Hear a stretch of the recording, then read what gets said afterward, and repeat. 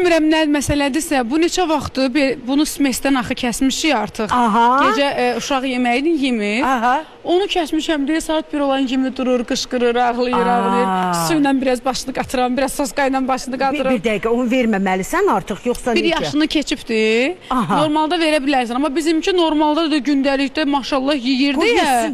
Gecə onun artıq bir xeyri yoxdur da, onu vermək istəmirəm. Amma onun üçün darıxır. Ana südündən ki, uşağı ayırarsan, həmin vəziyyətdir. Mən də sağ olsun Səbinə xanımla soruşdum, dedi qızım, problem yoxdur, verə də bilərsən, verməyə də bilərsən, amma mən istəmirəm. Yəni onun uşağa artıq bir xeyri yoxdursa, niyə boş-boş onun mədəsini ondan da olur? Ay sağ ol. Ondan sonra belə qəşəng brokoli zat verirəm ona. Yaxşı eləyirsən. Mən bilirəm, sən necə baxırsan uşağa. Yəni, vaxt tapırsan da işinlə əlaqədar, məclislərlə. Mən o qədər sevirəm sənin onunla keçirdiyin vaxtı. Çox sağ ol. Çünki o səmimilik o dəqiqə bilinir. Kənardan, mən uşağımla vaxt keçirirəm. Deyir, Allah kəsin elə vaxt keçirməyi. Səni o dəqiqə duymaq olur. Hər ana övladından yaşayır deyə düşünürəm, amma mənim ona qarşı bambaşqa bir arzularım, bambaşqa bir istəyim var. Allahıma şükürlər edirəm ki, nə yaxşı onu mənə verir.